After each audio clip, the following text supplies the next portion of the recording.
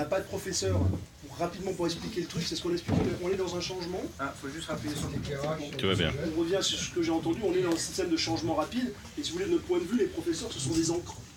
C'est ceux qui ralentissent le changement des jeunes entre eux. Donc on a coupé les amarres. Donc, si vous voulez, 42, c'est un bateau qui a coupé ses amarres et qui avance. On ne sait pas trop où ça va aller, mais voilà, mais ça avance bien. Et comment gère cet avancement des élèves? Tu peux rappeler une espèce de notion de projet qui vont en complexité, juste un fonctionnement. La façon la plus simple de voir 42, c'est d'imaginer World of Warcraft. Je ne sais pas si vous connaissez. World of Warcraft, c'est un jeu vidéo dans lequel les étudiants ont des challenges. Donc dans World of Warcraft, il faut exploser un méchant ou un château. Bah là, il faut faire un projet qui est intéressant, qu'on a envie de faire avec ses camarades. Donc c'est un ensemble de challenges, si vous voulez, une sorte de parcours de combattant, où on a un grand groupe de jeunes qui à peu près 3000 en ce moment.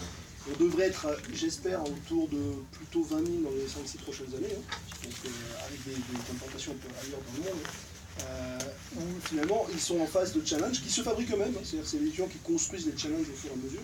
Donc on a construit, si vous voulez, le Kickstarter, donc le début du truc pour qu'il se forme. Hier j'étais avec des militaires.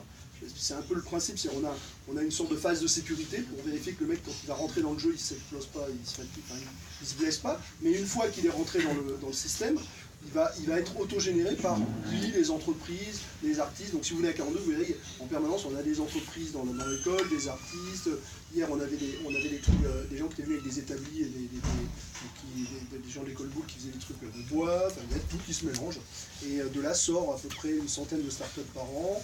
Et puis des gens qui vont travailler à droite, à gauche. C'est quelque chose qui est assez... on est dans le vrai darwinisme, là, parce que c'est vraiment darwinien.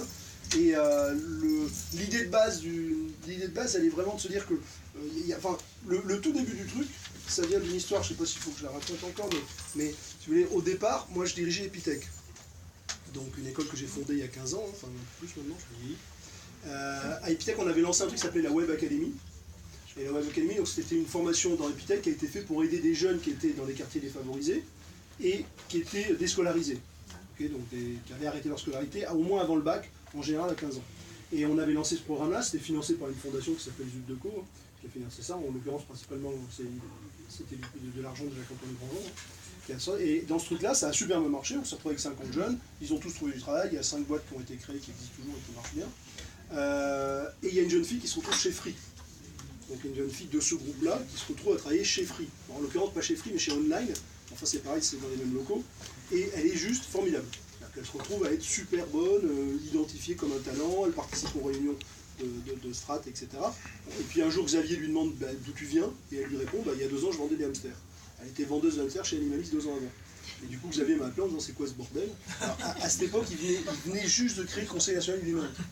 Donc il était en contact avec un peu tout le monde, notamment Gilles, et le constat c'était de dire on n'y arrive pas, personne ne trouve les talents dont on a besoin aujourd'hui, on a un vrai déficit, donc il a des équipes entières, il me dit moi je cherche des gens, je ne les trouve pas, personne n'en trouve, et là j'ai une fille en face de moi, elle est juste formidable, et notre société lui a proposé de vendre des hamsters au lieu de fabriquer des Freebox. Qu'est-ce qui déconne? Et donc, voilà, je lui ai dit, t'as qu'à m'inviter à bouffer, donc on a mangé au Meurice, du côté sympa. Je lui explique un peu l'idée, comment ça fonctionne, et puis qu'est-ce qu'on a fait avec cette fille, hein, tout bêtement, qu'est-ce qui s'est passé, pourquoi ça a changé, mais il m'a dit, pourquoi on fait pas tout le temps, quoi. Enfin, pourquoi tout le monde fait pas ça? Je lui dis, parce que c'est cher, il me dit, c'est combien? Je lui dis 100 millions, il me dit, c'est pas cher, et puis c'est exactement comme ça que ça s'est passé. Et donc l'objectif de 42, c'est de résoudre ce problème, se dire, on a tout un tas de jeunes qui finalement ont plein de talents, mais on ne sait pas l'exploiter. Notre système fait qu'il ne sait pas, en tout cas on ne sait pas la preuve, hein. On a pris quand même 50 jeunes, il y en a à peu près 4 millions, entre 4 et 8 millions, selon les estimations qui sont dans la situation de cette jeune fille, hein, dans l'émission locale, etc. Il y en a 8 millions, on en a pris 50 au pif, on en a au moins une qui est talentueuse, je dis sur le système talentueux, hein, parce qu'ils ont fait d'autres trucs à côté, mais au moins une, donc si vous mettez, si vous prenez 50, vous rapportez à 4 millions, ça en fait un paquet et ça résout un bon paquet de problèmes. Donc voilà, donc l'idée de 42, c'est une sorte de radio-crochet. Puis après, l'idée, la deuxième idée, c'est de se dire aujourd'hui ce qu'on cherche, c'est en aucun cas un informaticien capable de programmer. C'est pas notre problème, quoi. Programmer c'est simple, c'est un problème de machine. C'est un informaticien capable de co-créer, ou en tout cas d'aider. On a fait un truc avec des gens de philosophie de Nanterre, un concept qu'on appelle Digital Former. C'est-à-dire que l'idée, c'est de créer un peu comme terraformation. C'est-à-dire que vous rentrez dans un processus qui existe, on met une graine, et puis ce truc-là se transforme et devient viable. Ben là, ça devient numérique. L'idée du truc. Donc l'idée de nos étudiants, c'est un catalyseur de changement numérique. Et l'idée de base, c'est de se dire que, après, l'idée pédagogique, elle est plus compliquée. C'est-à-dire qu'on a besoin d'individus qui sont capables, non pas de reproduire de la connaissance, puisque leur objet, c'est de faire quelque chose de nouveau. Donc, plus on leur amène de la connaissance passée, plus on les ancre dedans. Et dans notre métier, c'est encore pire. C'est quelque chose que je joue un peu de mal à faire comprendre aux gens. Un informaticien qui sait, c'est un informaticien en danger. Okay, donc moins on sait, mieux c'est. Parce que les gens n'ont pas compris une chose, beaucoup de gens pensent que l'informatique est une science, l'informatique n'est pas une science, l'informatique est un art. Mais vraiment, les gens se trompent. Une science, enfin, moi je suis physicien à l'origine, j'ai fait de la physique, on étudie la nature. La nature, elle existe indépendamment des êtres humains. L'informatique, non. L'informatique, c'est des conventions humaines. Ce qui veut dire quelque chose de très important, en informatique, on change le monde. En science, on regarde le monde. Pour donner quelque chose qui marque tout de suite, qui permet de comprendre, si vous faites un pont avec la technologie romaine, okay, vous prenez les technologies du savoir-faire romain, c'est-à-dire avec une vision de la physique extrêmement simpliste, le pont il marche. Vous faites un pont aujourd'hui avec la même chose, vous prenez les mêmes cailloux, vous les mettez au même endroit, vous pouvez passer dessus avec une voiture, même un tank. Okay, bon, maintenant vous lancez un programme d'Elisan, il ne marche pas. Il ne marche pas du tout. C'est pas, il marche mal, il ne marche pas du tout. Parce que le monde de l'informatique, il a vraiment changé. Le monde de la physique, il ne change pas. On le comprend plus ou moins bien. Ce qui veut dire que le physicien romain qui disait des choses qui sont pour nous totalement fausses, elles sont toujours justes. Elles sont localement justes. Elles ne sont pas précises, mais elles sont justes. C'est-à-dire qu'ils pouvaient s'en servir pour vivre au quotidien. Et donc pour construire un pont. C'est très important de comprendre ça, ce qui veut dire que quand on est en informatique, quand on sait un truc, on est vraiment en danger. Par rapport, entre celui qui sait et celui qui ne sait pas, celui qui sait est en danger. Parce que dans très peu de temps, ça sera faux, il va prendre des décisions avec quelque chose de faux, de dangereux. Donc sa vraie capacité, c'est sa capacité d'adaptation. Et on a un cerveau qui est assez mal foutu pour ça, en fin de compte. Le cerveau, il est assez mal fait parce qu'il a beaucoup de mal à mémoriser, enfin, il a beaucoup de mal à oublier. Une fois qu'on sait quelque chose, on l'oublie très difficilement. Et en plus, on a un deuxième phénomène qui se produit, c'est que souvent, on fabrique des raccourcis. Parce que notre cerveau est un peu lent. Donc quand on a pris des habitudes, on fait des réflexes. Ce qui veut dire que même des fois, quand on change ce qu'on sait, c'est-à-dire qu'on te dit que c'est faux et que tu es d'accord, tu l'admets, ça changera ton comportement. Tu continues à utiliser les réflexes que tu avais avant. Et donc en informatique, ça fait des katas. Et particulièrement dans les domaines qui changent beaucoup, la sécurité, les choses comme ça. Donc la vraie capacité, c'est ça. Et aujourd'hui, quelque chose qu'on remarque extraordinaire, c'est que les jeunes sont capables de travailler avec de l'information sans l'acquérir. Et ça, il y a une grande discussion là-dessus. Beaucoup de gens étaient persuadés qu'on ne pouvait pas faire de lien cognitif et de déduction ou d'inférence, hein, sans intégrer la connaissance, alors que c'est faux, vraiment faux. Vous pouvez voir des jeunes travailler, ils travaillent avec de la connaissance externe, qui peut passer à travers soit des experts, soit des machines, soit de l'internet, en la corrélant, en faisant de la déduction et en faisant de l'inférence, sans acquérir la connaissance. Et ça, c'est vraiment important, et je pense que c'est vraiment le processus qui est nécessaire pour le type d'innovation dont on a besoin pour ces gens-là. Voilà. Donc l'idée d'enlever le prof, finalement, c'est de les mettre dans cette situation. C'est quand on enlève le prof, on enlève la certitude. On enlève l'absolu. Lui, le prof, il est juste, machin, et puis comme c'est lui qui va donner la règle du jeu à la fin, on se conforme quoi qu'il arrive, qu'on soit d'accord ou pas. Là, on enlève complètement, donc on fabrique des gens qui vivent dans un environnement parfaitement incertain tout le temps. C'est-à-dire qu'ils ont des informations, ils vont parler à leurs copains qui leur disent « Ouais, je pense qu'il faut faire comme ça ». Mais c'est « je pense que », et puis c'est ton copain, donc tu sais qu'il n'est pas absolument juste. Donc tu en as un autre qui dit le contraire, donc ils vivent dans un environnement pluriel, complexe et multiple, et qui se modifie tout le temps, puisque c'est eux-mêmes qui modifient les règles du jeu. Donc voilà ce qu'on fait à 42, et bah, voilà, ça marche assez bien. En essayant aujourd'hui de mélanger. Alors une autre aussi conviction, c'est que la diversité est hyper importante. Donc à 42, vous trouvez des gens qui viennent de philo, comme vous trouvez des gens qui viennent de normal sup, en physique, comme vous trouvez des pâtissiers. Là j'étais à Davos la semaine dernière, où on a présenté 42 au Forum Mondial. J'étais avec un garçon qui était venu avec moi, qui a fait 42, qui était pâtissier. Donc il a un CAP de pâtisserie. Hein, il s'est blessé, donc il travaillait dans un 3 étoiles à Paris, il s'est blessé, il ne pouvait plus faire pâtisserie, donc il a décidé de venir faire 42, donc là il a fait 42. Aujourd'hui, ce garçon, il est en train de monter une entreprise de permaculture qui va fabriquer des robots qui vont aller planter des trucs en plein milieu du désert, en faisant des écosystèmes, en fabriquant des systèmes. C'est financé en partie par Google. Voilà, c'est un changement, et au passage, il a récupéré un master d'HEC, puisqu'on avait fait un programme commun avec HEC, donc HEC l'a diplômé, alors, le tout en 2 ans.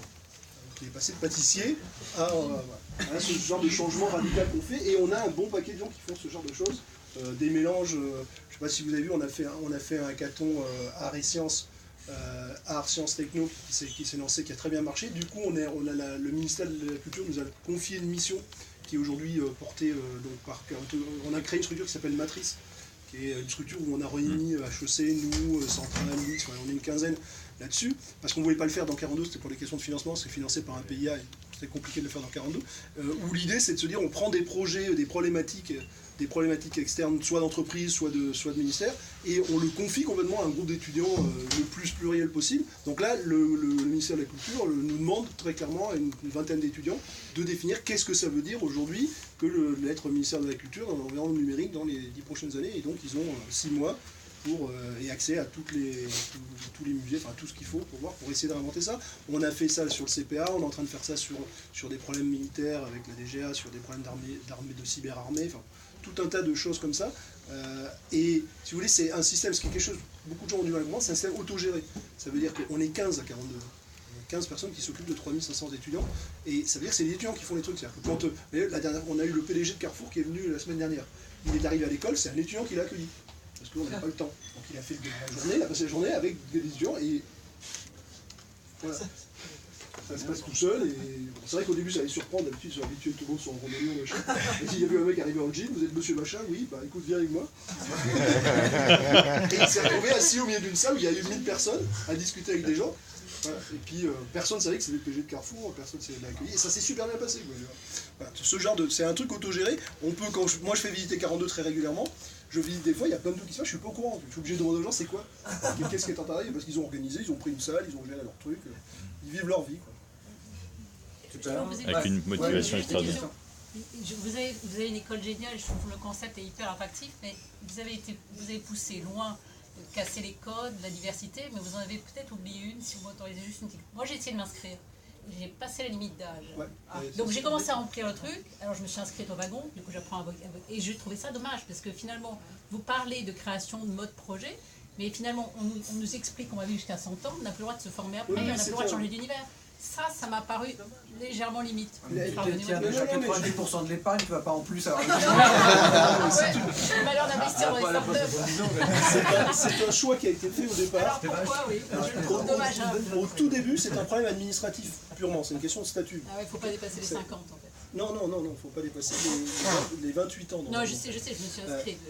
J'étais arrêtée. Non, mais administrativement, c'est 28 ans. Ceci dit, c'est pas tout à fait vrai, parce qu'aujourd'hui, on a une centaine de personnes de plus de 50 ans et chômeurs longue durée, qui ont été, parce qu'on a fait un partenariat avec Pôle emploi, qui marche très bien. Ah oui, mais vous êtes Pôle emploi. Ça passait par Pôle emploi. Mais, je m'inscris à Pôle emploi. C'est comme à l'Assemblée. En fait, il faut quitter à l'État pour avoir le droit de s'inscrire chez l'école 42. Moi j'ai trouvé une astuce pour ça, c'est ma fille est à l'école 42 et elle me donne des cours. Par exemple, le soir. Non, mais je trouve ça très dommage. L'objectif de ça, c'était quand même au départ, l'idée de 42 au départ, c'est d'être ultra efficace sur le milieu économique, l'environnement, l'écosystème de l'innovation numérique. Et l'idée, c'est qu'on n'a pas assez de ressources, c'est qu'on a 70 000 candidats aujourd'hui pour 1000 places par an. Donc on a focalisé sur les gens qui finalement seront le plus longtemps capables de changer le truc. Okay, donc c'est une question de truc. Et par contre, on fait de la transformation numérique avec des boîtes. Je trouve ça dommage parce que les modèles américains qui font on n'est pas obsolète. On va te faire une place. Voilà. C'est pas une question d'être obsolète, c'est une question de l'école 52. En fait, ça va contre le discours et contre la noblesse du projet. Parce que je ne pense pas qu'il y ait 42 000 personnes qui se sont inscrites au-delà d'un certain âge. Exclure ça, c'est ça. On a 70 000 candidats aujourd'hui en mettant cette limite d'âge. Et vous ne savez pas qui va s'inscrire au-delà de cette limite d'âge. Oui, c'est ça, ce que je dis, on ne sait pas, on se retrouverait avec peut-être plus, peut-être moins, etc. Voilà. Mais c'est un choix qui a été, on a eu beaucoup de discussions. Et d'ailleurs, au passage, aux États-Unis qu'on vient d'ouvrir, on va certainement être obligé de l'enlever. Parce qu'on s'est fait attaquer direct. On s'est pris un scud aux États-Unis. Par contre, effectivement, la mixité, il n'y a pas de seniors dans les équipes. Pour avoir cette mixité enrichissante. Si, il y a des seniors. Nos seniors participent. D'ailleurs, il y en a 4 là, des Pôle emploi qui ont créé une boîte. D'accord. Donc ça se mélange complètement. Une fois qu'ils sont dedans, ils se mélangent. Et en même temps, on a mis en place, alors pour justement contrebalancer ça, on a mis en place un partenariat avec HEC sur le réseau des anciens de HEC qui participent à des projets, notamment les anciens HEC à la retraite. Mais j'ai pas fait HEC. Non mais... Tu peux garder à la retraite. Bravo Nicolas. Bravo.